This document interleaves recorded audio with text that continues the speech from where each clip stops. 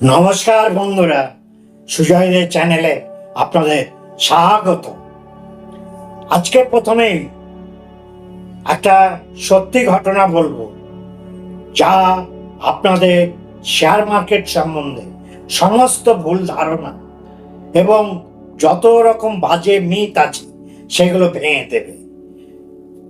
সেটা হচ্ছে 1963 সালে আমেরিকান এক্সপ্রেস ব্যাংক এক সংস্থাকে লোন দিয়েছে। সেই সংস্থার গোডাউনে লক্ষ লক্ষ ডলারের তেল ছিল বলে দাবি করেছিল। ব্যাংক কর্তৃপক্ষ গোডাউন ইন্সপেকশন করেছিল, দেখেছিল লক্ষ লক্ষ ব্যারেল তেল রয়েছে। তারপর তাদের একটা বিশাল অঙ্কের টাকা ধার দিয়েছিল আমেরিকান এক্সপ্রেস ব্যাংক। কিছুদিন বাদে প্রকাশ পায় পুরো ব্যাপারটাই ফেক, ফ্রড। তারপরে জানা যায় ব্যারেলে ছিল তেল নয়, জল। সঙ্গে সঙ্গে বাজারে খবরের কাগজে এই রিপোর্ট প্রকাশ পাওয়া মাত্রই আমেরিকান এক্সপ্রেস ব্যাংকের শেয়ারের দাম প্রায় অর্ধেক পড়ে যায়। গ্রাহকদের ভিতর হুড়োহুড়ি পড়ে যায় টাকা তোলার জন্য। ব্যাংক খুব দুর্দিনে পড়ে যায়। এই সময় একজন ইনভেস্টার $20 মিলিয়ন ওই ব্যাংকে ইনভেস্ট করে। এখন শেয়ারের দাম অর্ধেক পড়ে গেছে। সবাই ভাবলো লোকটা উজবুক, মূর্খ, পয়সা আছে তাই ঢালছে। কিন্তু ভদ্রলোক আমেরিকান এক্সপ্রেস ব্যাংকের ফান্ডামেন্টালসটা স্টাডি করেছে, দেখেছিল যে এই ঘটনাটা একটা সাময়িক ঘটনা, একটা স্পার্ক। কিন্তু তাদের ফান্ডামেন্টালসটা খুব ভালো। কিছুদিন বাদেই কোম্পানি এই ধাক্কা সামলে উঠতে পারবে, শেয়ারের দাম আবার বাড়বে।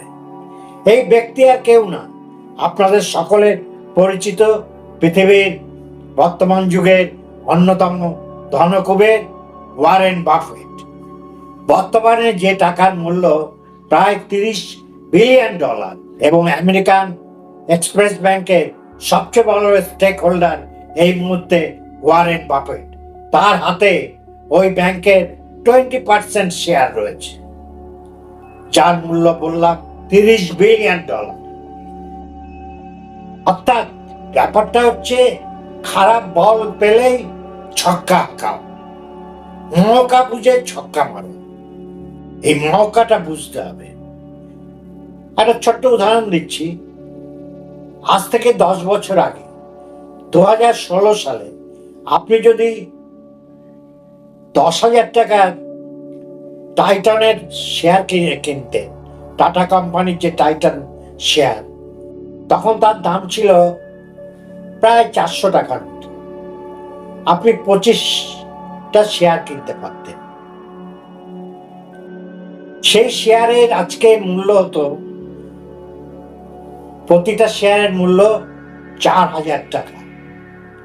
400 টাকার শেয়ারটা 10 বছর বাদে 2024-এ প্রায় 4,000 টাকা।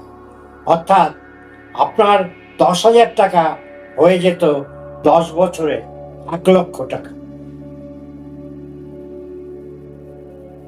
তাহলে বুঝতে পারছেন, সুযোগ বুঝে একটু চর্চা করে ঠিক মতো ইনভেস্ট করলে শেয়ার মার্কেটের ভয় কিছু নেই, বুঝতে হবে। যাই হোক, এবার আমরা মূল আলোচনায় চলে যাব এবং এই আলোচনায় শেষে এমন একটা বিষয় রয়েছে যেটা না শুনলে আপনি মিস করবেন। এবার আমরা আসল আলোচনাটা শুরু করছি যে শেয়ার মার্কেট পতন হলে কি করবেন। শেয়ার বাজার পড়ে গেলেই বেশিরভাগ মানুষ কি করে জানেন? তারা ভয় পায়, তারা আতঙ্কে শেয়ার বিক্রি করে দেয়। আর ঠিক সেই সময় বড় বড় ধনী বিনিয়োগকারীরা কি করে জানেন? তারা চুপচাপ ভালো কোম্পানির শেয়ার কিনতে শুরু করে। ইতিহাস বলছে বাজারে বড় সম্পদ তৈরি হয়েছে ক্র্যাশের সময়, কিন্তু দুঃখের বিষয় 90% বিনিয়োগকারী ঠিক উল্টো কাজটাই করেন।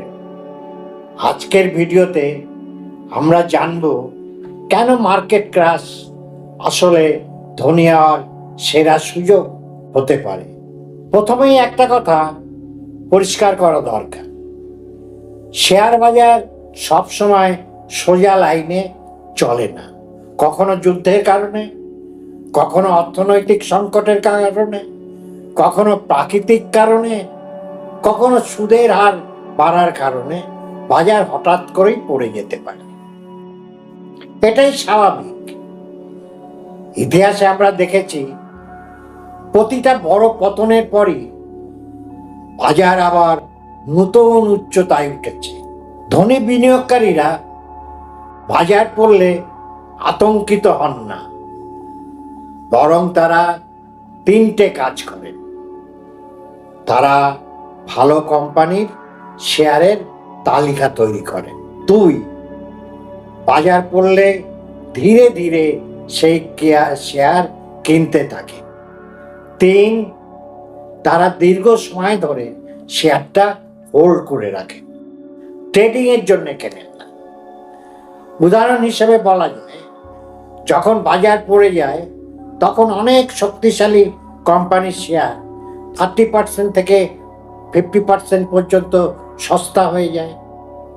এটা ঠিক যেন একটা ভালো বাড়ি হঠাৎ অর্ধেক দামে বিক্রি হচ্ছে। সাধারণ বিনিয়োগকারীরা এটা ঠিক বুঝতে পারে না। সাধারণ বিনিয়োগকারীরা কি করেন? বাজার পড়তে শুরু করলেই তারা আতঙ্কিত হয়ে পড়েন, প্যানিক করেন, শুরু হয় প্যানিক সেল। সংবাদ চ্যানেল, খবরের কাগজে নেতিবাচক খবর দেখতে দেখতে তারা ভাবতে শুরু করেন সব শেষ হয়ে যাচ্ছে। ফলে তারা কম দামে লোকসানে শেয়ার বিক্রি করে দেন। অর্থাৎ যেখানে ধনীরা কিনছে সেখানে সাধারণ বিনিয়োগকারীরা বিক্রি করছে। এই কারণেই ধনী আরো ধনী হয়। মার্কেট ক্র্যাশের সময় কি করা উচিত? 3টে সহজ নিয়ম মনে রাখুন।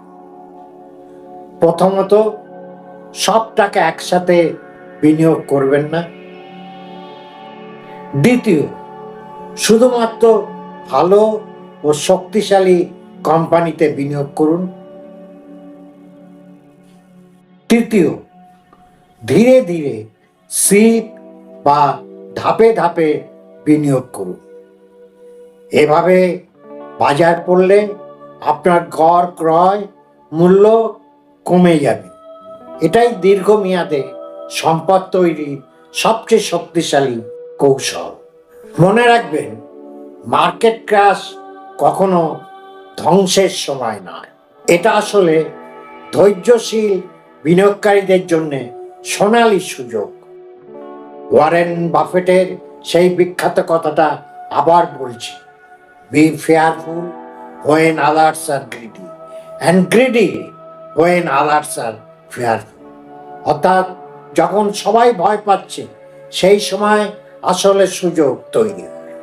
সঠিক জ্ঞান, ধৈর্য ও পরিকল্পনা থাকলে মার্কেট ক্র্যাশই হতে পারে আপনার ভবিষ্যৎ সম্পদ তৈরির শুরু। আজকে আমার এই ভিডিও আপনাদের যদি ভালো লাগে লাইক করুন, বন্ধুদের শেয়ার করুন, আপনাদের মতামত কমেন্টে জানান যে কি করা উচিত মার্কেট যখন পতন হয়। আর যারা এখনো সাবস্ক্রাইব করেননি তারা চটপট সাবস্ক্রিপশন বাটনটা ক্লিক করে দিন এবং নোটিফিকেশন বেলটা বাজিয়ে দিন, যাতে আমার এই জাতীয় ভিডিওর নোটিফিকেশন আপনার কাছে সময় মতো পৌঁছে যায়। আবার আসবো নতুন একটা প্রয়োজনীয় ভিডিও নিয়ে। ততদিন আপনারা সবাই সুস্থ থাকুন, ভালো থাকুন, আনন্দে থাকুন।